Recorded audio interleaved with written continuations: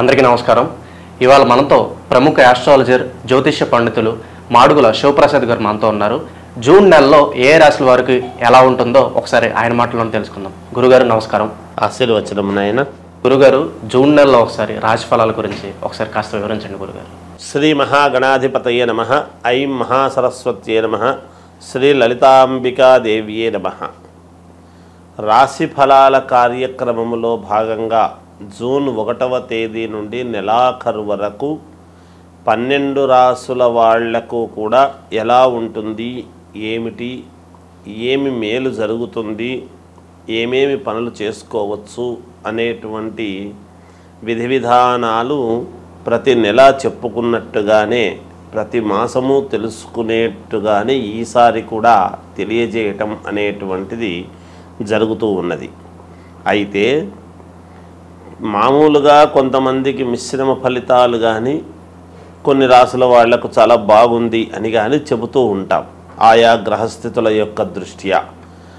అయితే ఏది ఏమైనా రాసుల ప్రకారముగా అందరికీ బాగుండినను లగ్నము ఏ లగ్నములో అయితే పుట్టి ఉంటారో, అందరూ ఒకే లగ్నానికి పుట్టి ఉండరు కదా, అందుకని ఏ లగ్నంలో పుట్టి ఉన్నారో చూసుకుంటే కొంతమందికి బాగా జరగవచ్చును, కొంతమందికి మధ్యస్థముగా జరగవచ్చును, కొంతమందికి రాసుల ప్రకారంగా బాగుంది అని చెబుతున్నారు కానీ గురువుగారు మాకేమీ అలా జరగటం లేదే అనేటువంటి భావనతో కూడా ఉంటారు. అయితే అందుకని వ్యక్తిగతమైనటువంటి జాతకాలను ఎక్కువగా మనం చూసుకోవాలి అనేటువంటిది ఉంటుంది. అంటే date, time, date of birth, time of birth, place of birth అనేటువంటివి ఉంటే క్షుణ్ణముగా మొత్తముగా పరిశీలన చేసి చెప్పుకోవచ్చును ఎప్పుడూ కూడా.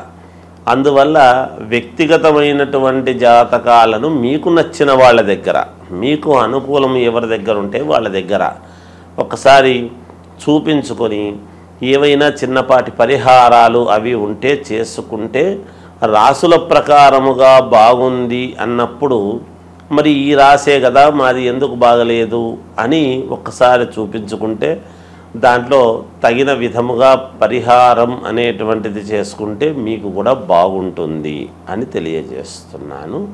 గురుగారు, మనకి జూన్ నెలలో కర్కాటక రాశి వారికి ఎలాంటి ఫలితాలు ఉంటాయో కాస్త వివరించండి గురుగారు.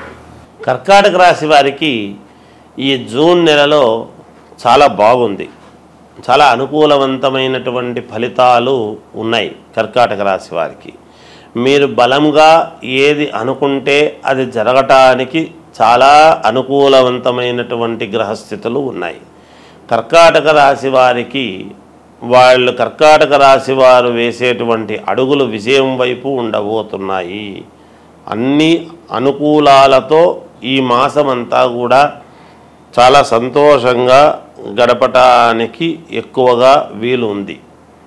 అనుకున్నటువంటి పనులు అనుకున్న సమయానికి పూర్తి చేసుకుంటారు.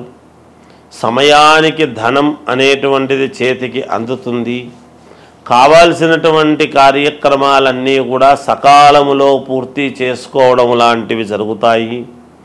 దైవ సంబంధమైనటువంటి కార్యక్రమాలలో పాల్గొంటారు. మీ మీద ఎవరైతే నమ్మకము పెట్టుకొని ఉంటారో, ఈ రాశి వాళ్ళ మీద ఎవరైతే నమ్మకం పెట్టుకొని ఉంటారో వాళ్ళ నమ్మకాన్ని ఒమ్ము చేయకుండా వాళ్ళకు కావలసినటువంటి ఏర్పాట్లు చేసే విధముగా మీ యొక్క ఈ రాశి వాళ్ళు ఉంటారుగాక.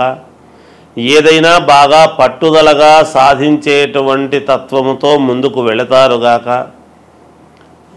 అలాగే విద్యార్థులకు చాలా అంటే చాలా యోగదాయకముగా ఉన్నది. అనుకున్న రీతిలో అనుకున్న ఆశయం నెరవేర్చుకోగలగడం ఉంటుంది. విదేశాలకు వెళ్ళాలి అనుకునేటువంటి వాళ్ళు తప్పకుండా ప్రయత్నాలు చెయ్యండి, విదేశాలకు వెళ్ళగలరు. మీ వాంఛలు తీర్చుకోగలుగుతారు కాక మీ కోరికలు తప్పకుండా. అలాగే రియల్ ఎస్టేట్ రంగంలో ఉండేటువంటి వాళ్లకు అనుకూలముగా ఉన్నది. అలాగే భూక్రయ విక్రయాలలో మంచి లాభాలు పొందడము, భూములు అమ్మడము కానీ కొనటము కానీ చేసేటువంటి వాళ్ళు ఉంటారు ఈ రాశి వాళ్ళు. అలా చేసుకునేటువంటి వాళ్లకు మంచి లాభసాటిగా ఉంటుంది గాక, లాభాన్ని పొందుతారు ఎక్కువగా. మామూలుగా వ్యాపారం చెయ్యాలి అనుకునేటువంటి వాళ్ళు యథావిధిగా తమ తమ వ్యాపారాలు చేసుకుంటూ ఇంకా మంచి వ్యాపారం చెయ్యాలి అనేటువంటి ఆలోచన దృక్పథంతో కాస్త ముందడుగు వేయటం లాంటివి కూడా చేస్తారు. ఉద్యోగస్తులకు ప్రమోషన్లు రావటము, ఉన్నతమైనటువంటి స్థానానికి స్థానచలనం కలిగించటము ఇలాంటివి జరగవచ్చును. ఇంకా సినిమా రంగములో ఉండేటువంటి వాళ్లకు అనుకూలముగా ఉన్నది. రాజకీయాలలో ఉండేటువంటి వాళ్లకు మరీ అనుకూలవంతముగా ఉన్నదిగాక ఏదైనా మీరు మనస్సుతో ఆలోచన చేసి మనస్సుతో దృఢ సంకల్పంతో అనుకుంటే తప్పకుండా మీకు విజయం అనేటువంటిది లభించి తీరుతుందిగాక.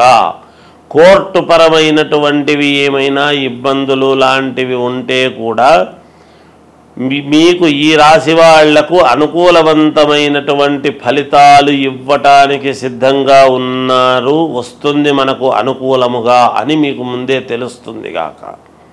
అలా కూడా ఉండబోతున్నది. ఏది ఏమైనా కర్కాటక రాశి వాళ్లకు చాలా అభ్యున్నత పదంలో ముందుకు వెళతారు. అనుకూలవంతమైనటువంటి వాతావరణం అంతా కూడా జూన్ నెలలో ఉన్నది కర్కాటక రాశి వారికి. కర్కాటక రాశి వారికి కుటుంబ కలహాలు ఏమైనా ఉన్నాయా అనేటువంటివి, చిన్న చిన్నపాటి కుటుంబ కలహాలు ఉంటాయి, ఉండకుండా ఉండవు. అవి పెద్దగా ఏదో చిలికి చిలికి గాలి వాన ఇబ్బందులు పెడతాయి అనేటువంటిదైతే లేదు. ఎందుకంటే గ్రహస్థితులు బాగా ఉన్నాయి కదా నాయన కర్కాటక రాశి వాళ్లకు.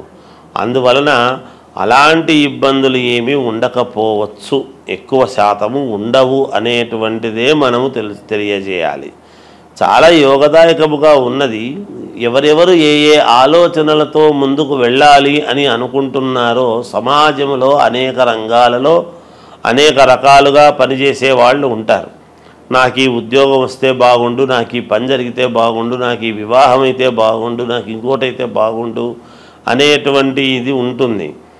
ఆయా రంగాలలో ఉండేటువంటి వాళ్లకు ఎటువంటి ప్రయత్నాలు చేసుకుంటూ ఉండినా వాళ్లకు యోగవంతమైనటువంటి కాలముగానే ఉన్నది ఈ మాసం అంతా కూడా కర్కాటక రాశి వారికి.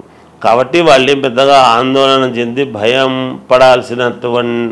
పడాల్సినంతటి పని అయితే ఏమీ లేదు.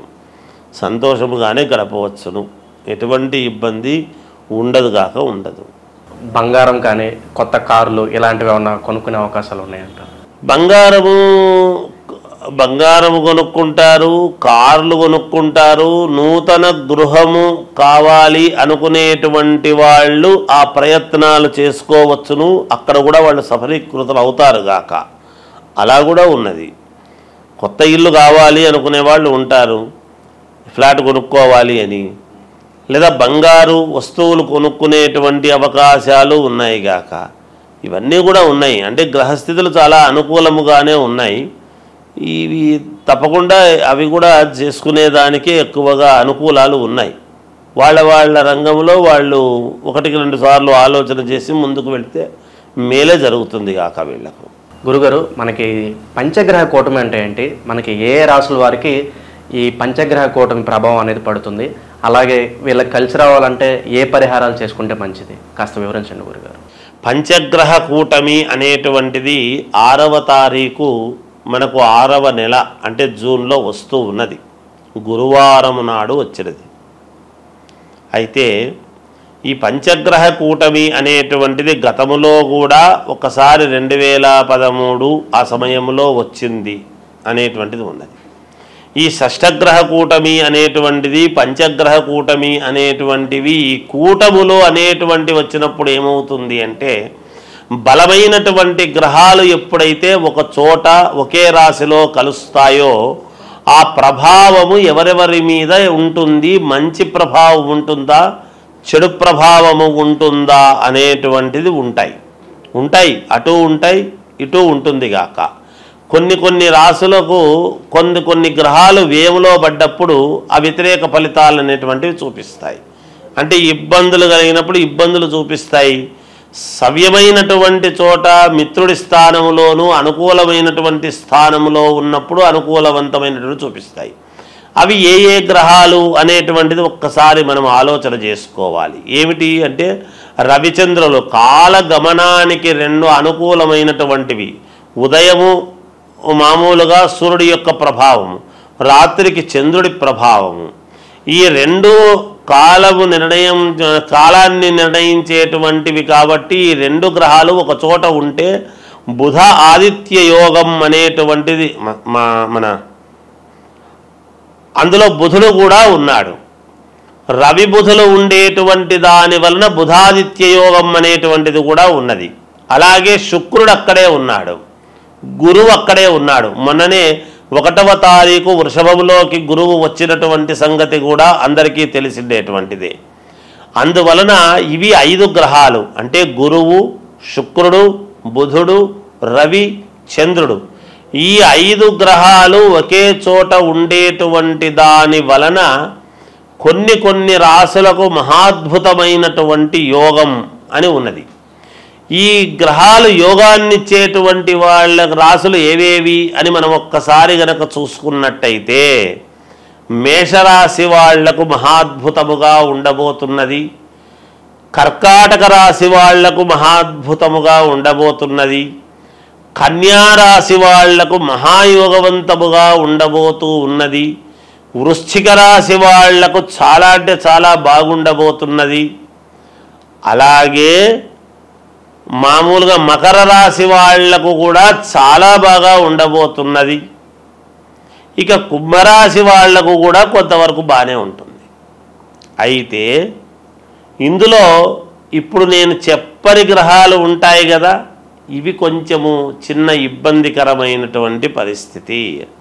ఏమిటయ్యా అవి అంటే అసలు ఎక్కడైతే ఉన్నాయో స్థానములో అన్నీ బరువైనటువంటివి ఏవైతే ఉన్నాయో వృషభ రాశికి సమస్యే. ఒక చోట కూటమి అని ఏర్పాటు చేసినప్పుడు ఒకే చోట ఉన్నప్పుడు అక్కడ వృషభ రాశికి ఇబ్బంది, మిథున రాశి వాళ్లకు కొంత ఇబ్బందే, కొంచెము సింహరాశి వాళ్లకు కొంత ఇబ్బంది, అలాగే తులారాశి వాళ్లకు ఇబ్బంది, ధనుస్సు రాశి వాళ్లకు మరీ ఇబ్బంది. వీటి వలన ఏమిటి ధనుస్సు రాశి వాళ్లకు ఇంకోటి కూడా ఉంది. దీంట్లో ఒక చిన్న ఇది చెప్పుకోవాలి మనం.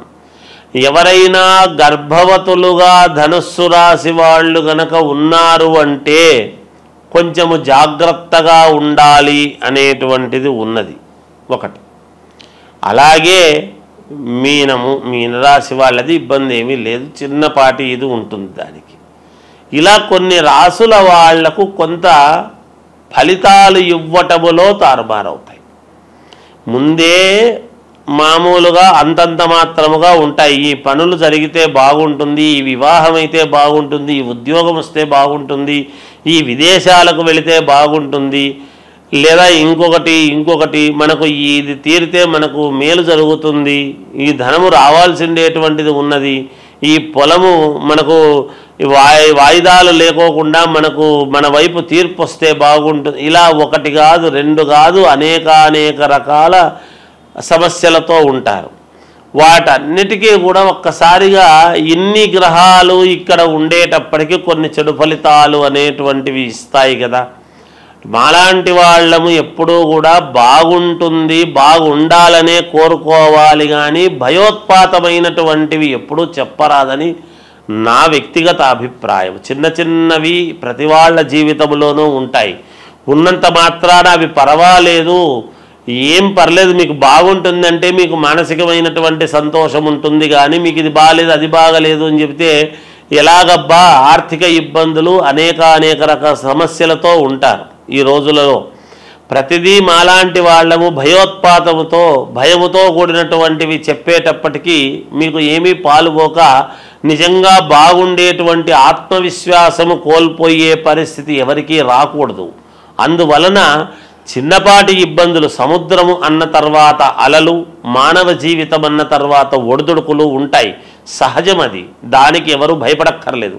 కాకపోతే మీ వ్యక్తిగతమైనటువంటి జాతకాలు ఒక్కసారి పరిశీలన చేసుకొని మీకు నమ్మకం ఉండేటువంటి వాళ్ళ దగ్గర చూపించుకొని ఈ రాశి వాళ్లకు ఏమి చేసుకుంటే మేలు, మరి బాగులేని రాశి వాళ్ళది ఏమిటి అంటే ఏమీ లేదు, జపము, తపము, హోమం ఇవి ఉంటాయి. హవనం అనేటువంటిది ఎప్పుడైతే హోమం చేసుకుంటారో మీ పేర్లతో అగ్నిహోత్రుడి యొక్క సంస్కారము వలన మీరు సంస్కరింపబడతారు, మీకు మేలు జరుగుతుంది. తప్పకుండా హోమాలు సరే, ఇంకా ఏవో కొన్ని ఉంటాయి, అవన్నీ చేసుకోవచ్చును. ఇంకా ఒకటి ఉన్నది దీని వలన ఎప్పుడు కొన్ని ఇబ్బందులు ఉంటాయి. పైగా వచ్చినటువంటిది ఎప్పుడు అంటే ఆదివారము, గురువారము 6వ తారీఖు అమావాస్య అనేటువంటిది కూడా ఇదైంది. దాని వలన ఈ గ్రహాల యొక్క దీని వలన అమావాస్య కూడా గురువారం రోజు, పైన గురువు, మనకు ఏ యోగం ఇవ్వాలన్నా గురుబలం బాగుంటే అన్ని జరుగుతాయి అనేటువంటిది ఉన్నది నానుడి. ఈ గురువు అనేటువంటి వాడు ఎవరు? దత్తాత్రేయ స్వామి, వ్యాస మహర్షిని మనము గురువు అని భావిస్తాం.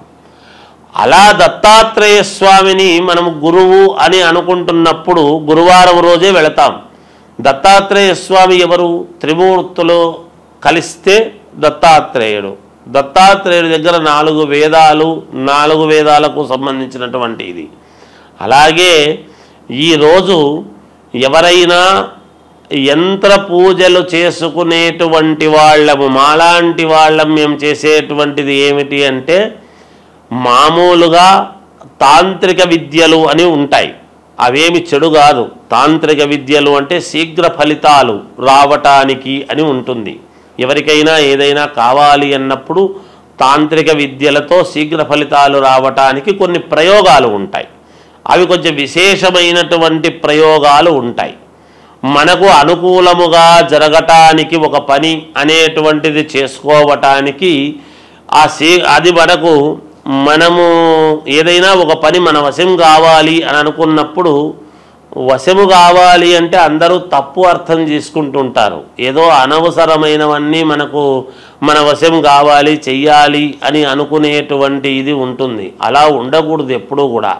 ఎందుకంటే మనకు ఒక మంత్రము మన వశము కావాలి, ఒక ఉద్యోగము మనకు కావాలి అని ఇలా కొన్ని ఉంటాయి. శీఘ్రముగా తొందరగా మన కోరికలు ఫలించాలి అనేటువంటివి.